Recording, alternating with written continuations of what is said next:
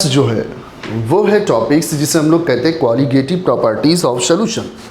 Solution मैंने तुम्हें बताया बेटा कि हमारे पास सोल्यूशन एक होमोजीनियस मिक्सचर होता है।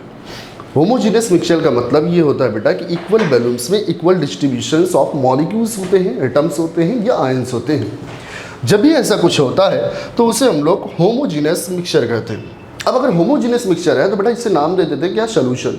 सोल्यूशन में जब भी हम एक से ज़्यादा कंपोनेंट मिक्स करते हैं तो उसमें जो कम कंपोनेंट्स होते हैं उन्हें हम लोग सॉल्यूट बोलते हैं और ज़्यादा कंपोनेंट्स वालों को क्या बोलते हैं, सॉल्वेंट बोलते हैं। इसलिए हमारे सोल्यूशन में दो पार्ट आ जाते हैं बेटा, एक आ जाता है सॉल्यूट और दूसरा आ जाता है सॉल्वेंट आ जाता है। ध्यान से सुनना, जो सोल्यूशन बनता है बेटा इसकी प्रॉपर्टीज अलग अलग सोल्यूशन की अलग अलग होती है। हमारे पास जो सोल्यूशन है इसकी कई सारी प्रॉपर्टीज हो सकती है कि सोल्यूशन की एसिडिक स्ट्रेंथ की बात की जा रही हो सर, हो सकती है बेसिक स्ट्रेंथ की बात की जा रही हो सर, हो सकता है कि हमारे पास यहाँ पे boiling point, freezing point, osmotic pressure etcetera बहुत सारे इसके पास क्या हो सकते हैं बेटा, प्रॉपर्टीज हो सकती है। सोल्यूशन की कुछ ऐसी भी प्रॉपर्टी होती है जो सॉल्यूट के नंबर्स पे डिपेंड करती है। ध्यान से सुनना बेटा, कुछ ऐसी भी प्रॉपर्टी होगी सोल्यूशन की जो सॉल्यूट के नंबर्स पे डिपेंड करेगी, उससे हम लोग नाम देते हैं क्वालिटेटिव प्रॉपर्टी ऑफ सोल्यूशन। उससे नाम क्या देते हैं, क्वालिटेटिव। अब सॉल्यूट के नंबर्स क्या हो सकते हैं सॉल्यूट आयंस के नंबर पे बात हो रही हो सकते हैं एटम्स की बात हो रही हो सकते हैं मॉलिक्यूल्स की बात हो रही हो सकते हैं कि हमारे पास यहाँ पे मोल की बात हो रही है, क्योंकि मोल भी एक नंबर है बेटा, एटम्स की बात चल रही है ना, तो मोल ले सकते हैं।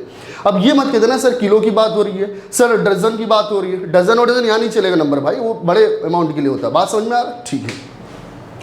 तो ऐसी property of solution which depends on the number of solute particle is called as qualitative property of solution. अब क्वालिटेटिव प्रॉपर्टीज कौन कौन सी ऐसी प्रॉपर्टी है सोल्यूशन की जो क्वालिटेटिव प्रॉपर्टी होती है, तो ध्यान से सुनना बेटा, चार ही ऐसी प्रॉपर्टी होती है सोल्यूशन की जो क्वालिटेटिव प्रॉपर्टी होती है। नंबर फर्स्ट हमारे पास आता है बेटा जिसे हम लोग कहते हैं ऑस्मोटिक प्रेशर। दूसरा हमारे पास आता है जिसे हम कहते हैं सॉरी बेटा, elevation in boiling points. Boiling points में क्या हो जाता है, इंक्रीजमेंट हो जाता है बेटा, तो ये भी क्या होती है, क्वालिटेटिव प्रॉपर्टी होती है। Depression in freezing point, freezing points में थोड़ी सी क्या हो जाती है बेटा, कमी हो जाती है, तो उसे हम लोग क्या बोलते हैं, डिप्रेशन इन फ्रीजिंग पॉइंट, ये भी क्वालिटेटिव प्रॉपर्टी है। और लास्ट वन हमारे पास आता है relative lowering in vapour pressure. ध्यान से पढ़ना बेटा कि रिलेटिव लोअरिंग वेपर प्रेशर ये हमारी क्वालिटेटिव प्रॉपर्टी है। कभी भी वेपर प्रेशर क्वालिटेटिव प्रॉपर्टी नहीं होती है, रिलेटिव लोअरिंग वेपर प्रेशर पूरा होना चाहिए। लोअरिंग वेपर प्रेशर भी क्वालिटेटिव प्रॉपर्टी नहीं है, relative lowering vapour pressure qualitative property है। पूरी तरीके से ऑप्शन पढ़ना है, क्लियर।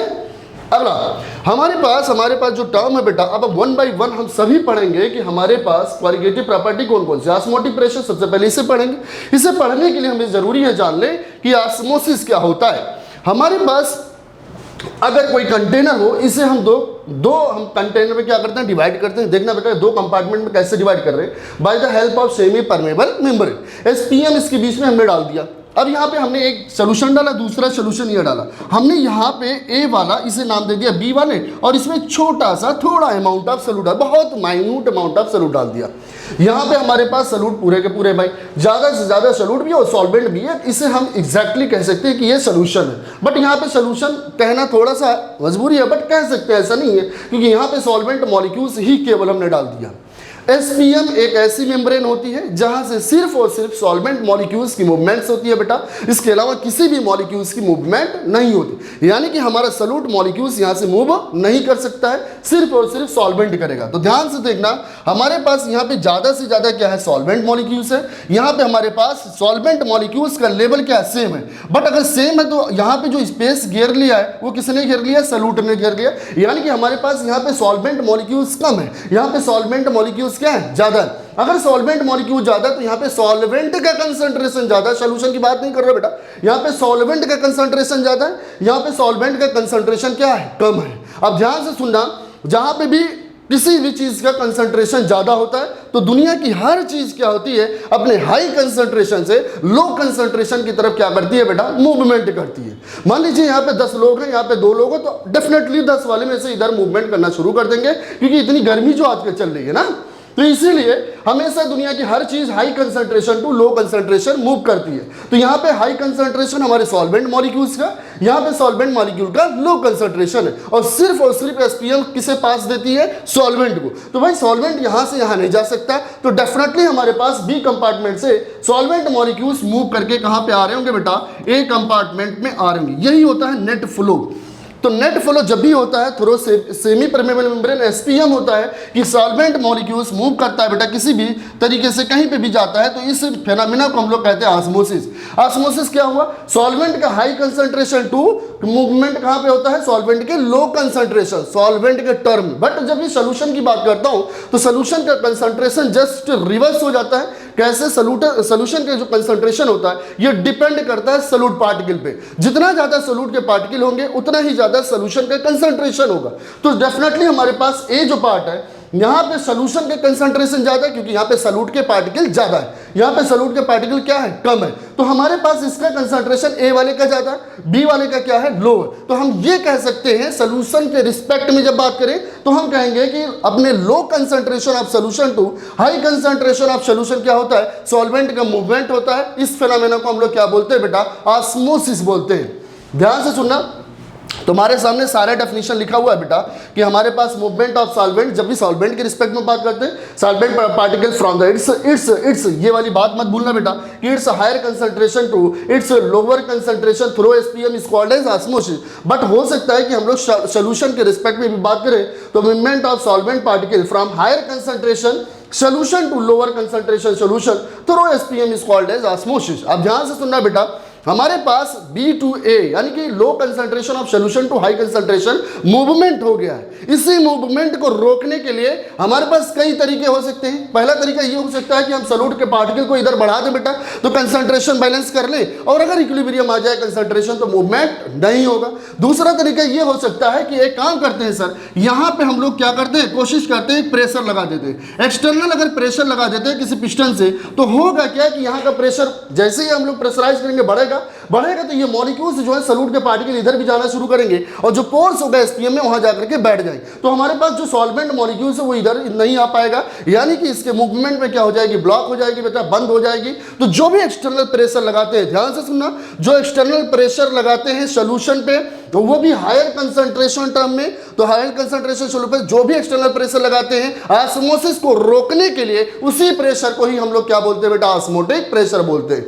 उसी प्रेशर को क्या बोलते हैं, ऑस्मोटिक प्रेशर। ध्यान से सुनना, दोबारा सुनना, ऑस्मोटिक प्रेशर को दूसरा प्रेशर नहीं, ये एक एक्सटर्नल प्रेशर है। ऐसा प्रेशर लगाया जाता है सोल्यूशन के ऊपर जिससे हमारा ऑस्मोसिस क्या हो जाए, रुक जाए। उसी को हम लोग क्या बोलते हैं, ऑस्मोटिक प्रेशर बोलते। ऑस्मोटिक प्रेशर की वॉल्स ऑफ इक्वेशन से आती है बेटा, जैसे हम लोग गैसियस लॉ पढ़ते हैं, पीवी इक्वल टू क्या, एनआरटी पढ़ते हैं, सभी गैस के लिए एप्लीकेबल होता है, आइडियल गैस के लिए। सिमिलर कंडीशन में हमारा अगर डाइल्यूट सॉल्यूशन होता है तो वान साहब ने कहा कि जब भी डाइल्यूट सॉल्यूशन होता है तो उसके लिए हर टेम्परेचर प्रेशर पे हमारा पीवी बराबर एनआरटी लगता है, क्योंकि गैस मॉलिक्यूल्स की तरह बिहेव करने लगते हैं।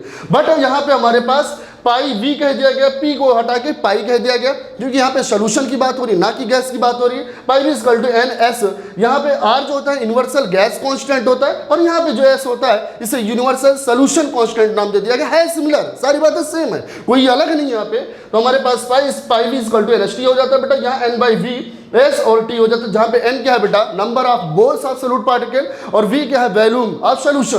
तो हमारे पास ये मोल है और ये वॉल्यूम ऑफ सोल्यूशन, यानी कि मोल पर unit volume of solution in litre is called as molarity. नाम सुना होगा, ये मोलरिटी है बेटा, और मोलरिटी ही क्या कहलाता है, कंसंट्रेशन टर्म। तो pi equal to C M into S into T. हमारे पास एस की जो वैल्यू होती है बेटा एग्जैक्टली इक्वल्स आर ही होता है, क्योंकि आर को हटा करके ही एस की वैल्यू रखी गई है, और जिसकी वैल्यू आएगी 0.0821, ये आएगा लीटर एटीएम में, और पर केल्विन होगा बेटा, और हमारे पास क्या होगा, पर मोल होगा। हो सकता है कि यहाँ पे हमारे पास लीटर एटीएम में वैल्यू दी हो, अगर नहीं दी है तो हो सकता है एस की वैल्यू यानी कि सोल्यूशन कांस्टेंट की वैल्यू जूल में, हमारे पास एनर्जी में इसे मेजर करना पड़े तो जूल के लिए क्या करेंगे, हम करेंगे 8.314, ये फिक्स वैल्यू होती है बेटा, ये होती है जूल में केल्विन इनवर्स और ये हमारे पास आ जाएगा मोल इनवर्स। और हो सकता है कि हमारे पास ये जूल में भी ना दी हो तो किस में दी होगी सर, कैलोरी में दे सकती है। तो ये होता है 2.0 कैलोरी होता है बेटा, केल्विन इनवर्स मोल इनवर्स। तो इसमें से कुछ भी यूज करना हो, डिपेंड करता है कि हमारे पास प्रेशर और वॉल्यूम किस में यूज किया गया। अगर प्रेशर और वॉल्यूम, प्रेशर एटमॉस्फेयर में यानी एटीएम में यूज किया गया और वॉल्यूम हमारे पास लीटर में, तो बेटा डेफिनेटली लीटर एटीएम वाला लगाना पड़ेगा, तो हमारे पास ये वाला आ जाएगा एस की वैल्यू। और अगर यहाँ पे जूल की वैल्यू आ रही पूरी, लीटर एटीएम को कन्वर्ट कर दिया गया और जूल में, जो कि 1 लीटर एटीएम होता है 101.3 जूल होता है, इसमें कन्वर्ट कर सकते हैं तो जूल वाला रख देंगे। और हमारे पास कैलोरी में कन्वर्ट कर सकते हैं, 1 लीटर एटीएम को कैलोरी में जब कन्वर्ट करते हैं तो 24.24 आता है बेटा कैलोरी, तो इसमें हम कैलोरी वाला यूज करेंगे। तो इस तरीके से हम लोग निकाल लेंगे बेटा। हो सकता है कि हमें मॉलिक्यूलर वेट भी निकालना पड़ जाए सोल्यूशन का, तो हम लोग यहाँ से बेटा जो मोल है इसे हटाएंगे, वेट अपन मॉलिक्यूलर वेट रख देंगे और हम फाइंड आउट कर लेंगे मॉलिक्यूलर वेट। क्लियर है बेटा? इससे रिलेटेड सारे क्वेश्चन तुम्हें दिए जाएंगे, तुम टेंशन मत लो। अगले टर्म पे इसी से रिलेटेड क्वेश्चन करवाऊंगा और ये ऑस्मोटिक प्रेशर निकलवाऊंगा। इसी से आया था इस बार नीट 2024 में क्वेश्चन, इसका स्लोप दिया गया था। सारी बातें डिस्कस करेंगे अगली वीडियो में बेटा। इसमें कोई डाउट हो तो जरूर पूछना, कमेंट सेक्शन में कमेंट करके पूछना बेटा। क्लियर है? Okay, thank you.